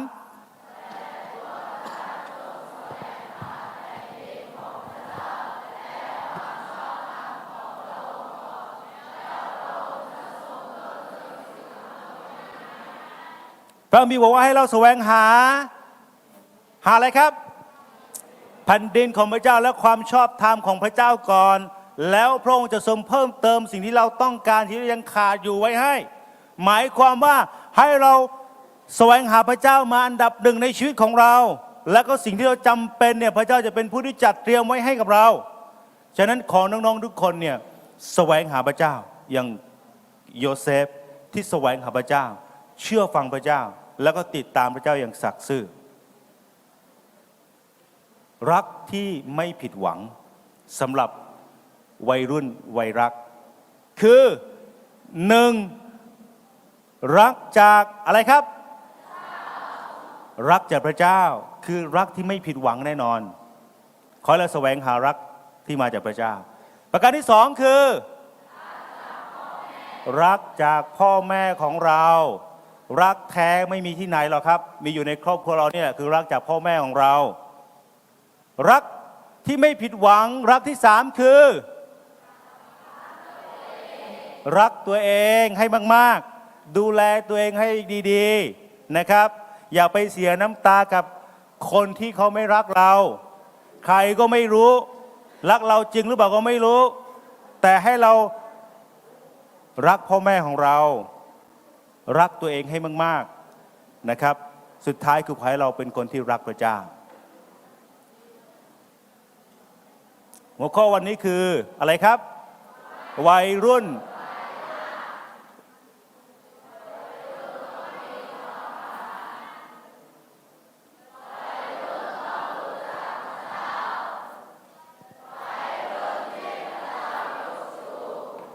ถ้าเรามีความฝัน และเราให้พระเจ้าเป็นผู้ที่นำเราไปถึงฝันนั้นนะครับ สุดท้ายพระเจ้าจะยกชูพวกเราไปถึงฝันที่เราฝันเอาไว้ พี่ไม่รู้ว่าเรามีความฝันอะไรบ้างในชีวิตของเรา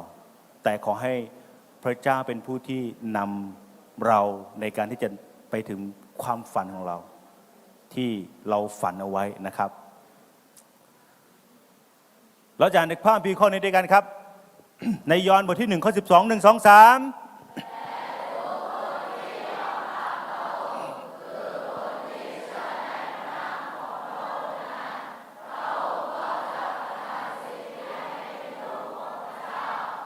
ถ้าเราอยากให้พระเจ้าเข้ามามีส่วนร่วมในความฝันของเรา เราเองจะต้องเป็นผู้ที่เชิญพระเยซูเข้ามามีบทบาทในชีวิตของเรา เป็นพระเจ้าในชีวิตของเรา ขอท้าชวนน้องๆทุกคนที่นี่นะครับในค่ำคืนนี้ด้วยกันว่า มีใครอยากจะให้พระเจ้ามาเป็นผู้นำความฝันของเราให้ไปถึงฝั่งบ้างครับ ขอยกมือหน่อยครับวัยรุ่นทุกคนมีความฝันและเราต้องให้ความฝันนั้นเนี่ยนะให้พระเจ้าเป็นผู้ที่นำความฝันของเรานั้นให้ไปถึงฝั่งให้ไปถึงฝันของเราอาเมนไหมครับไหนใครที่บอกว่าเราดิฉันหนูผมข้าพเจ้าอยากให้พระเจ้าเข้ามามีส่วนในชีวิตของเรายกมือหน่อยเร็วทุกคนอยากให้พระเจ้าเข้ามามีส่วนในชีวิตของตัวเองแต่พระเจ้าไม่สามารถที่จะเข้ามามีบทบาทในชีวิตของเราได้ ถ้าเกิดเราไม่เปิดใจของเราต้อนรับพระเยซูคริสต์ในค่ำคืนนี้พี่อยากจะนำเราทุกคนอธิษฐานนะครับถ้าให้เราสงบก่อนให้เราสงบนิ่งก่อนนะถ้าใครที่มีใจที่ปรารถนาที่อยากให้พระเจ้าเข้ามามีส่วนร่วมในชีวิตของเรานะครับให้มาเป็นผู้ที่นำเราในชีวิตอยากจะให้พี่น้องอยากจะให้น้องๆแต่ละคนเนี่ยกำมือขวาหน่อยไม่ต้องยกไม่ต้องอะไรขอแค่กำมือขวาไว้กำหมัดขวาไว้ใครที่บอกว่าพระเจ้าลูกต้องการพระเจ้าขอให้เราเอามือขวาแตะที่อกซ้ายของเราและใครที่บอกว่าลูกต้องการให้พระเจ้าเป็นพระเจ้าในชีวิตของลูกขอให้คนนั้นเนี่ยยกมือขวาขึ้นหน่อยโอเคยกมือค้างไว้นะครับเดี๋ยวพี่จะนำเราในการที่อธิษฐานเผื่อน้องๆทุกคนที่ยกมืออยู่พระเจ้าพระบิดาลูกอธิษฐานเพื่อสำหรับน้องๆที่กำลังยกมืออยู่ในเวลานี้ขอพระเจ้าได้ทรงโปรดนำชีวิตของน้องๆเหล่านี้ที่เขาจะรู้จักพระเจ้าเป็นการส่วนตัวและขอพระคริสต์เป็นพระเจ้าในชีวิตของเขาและขอพระวิญญาณบริสุทธิ์ได้นำชีวิตของน้องๆแต่ละคนที่จะมีชีวิตเป็นที่ถวายเพื่อเกียรติแด่พระเจ้าและน้องๆแต่ละคนเขาจะรู้จักพระเจ้าใช้เวลากับพระเจ้าเขาจะไม่ดื้อไม่ซนเขาจะเชื่อฟังพระเจ้าเขาจะเชื่อฟังพ่อแม่เขาจะรักพระเจ้าเขาจะรักพ่อแม่และเขาจะรักตัวเองขอให้น้องๆทุกคนนั้นเป็นวัยรุ่นที่รู้จักความรักแท้ที่มาจากพระเจ้าแล้วก็รู้จักความรักแท้ที่มาจากพ่อแม่และขอให้น้องๆทุกคนนั้นรู้จักที่จะดูแลตัวเองรักตัวเองขอพระเจ้านำความฝันของน้องๆแต่ละคนที่ยกมืออยู่ในเวลานี้ที่ไปถึงฝั่งฝันขออวยพรน้องๆทุกคน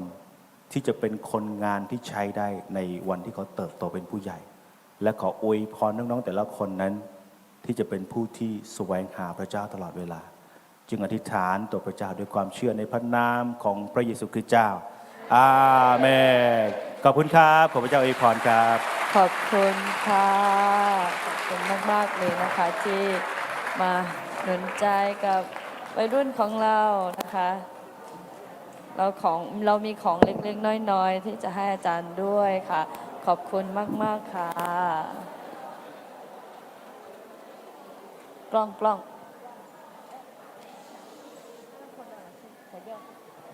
พอนดาลาเช่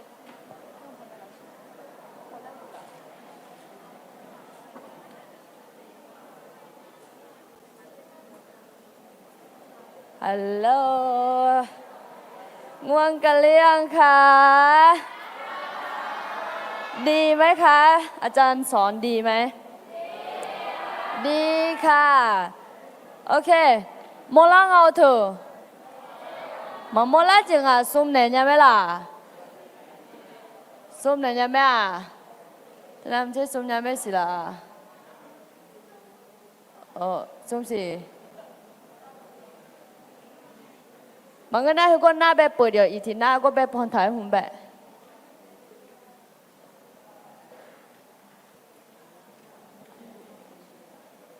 ตัวมังก็เหรอ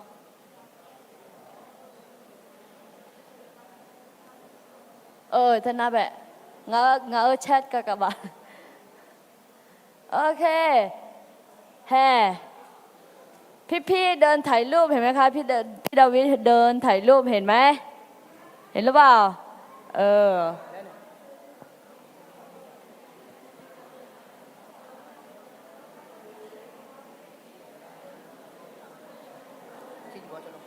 โอเคโดยช้างก็จะเราจะเกษตรเด้อโดยช้าดำแล้วเด้อจะน้องพอแหล่หุ่นเล่าเด้อเราหยุ่นแหล่หุ่นเล่าเด้ออะคันโนแห่ก็หงแงน่าบิดาลามาแห่มือถือบัดโดนเลยใช่ไหมปัวบัดโดนเลยบัดมาบาลาโรรูปภาพอะไร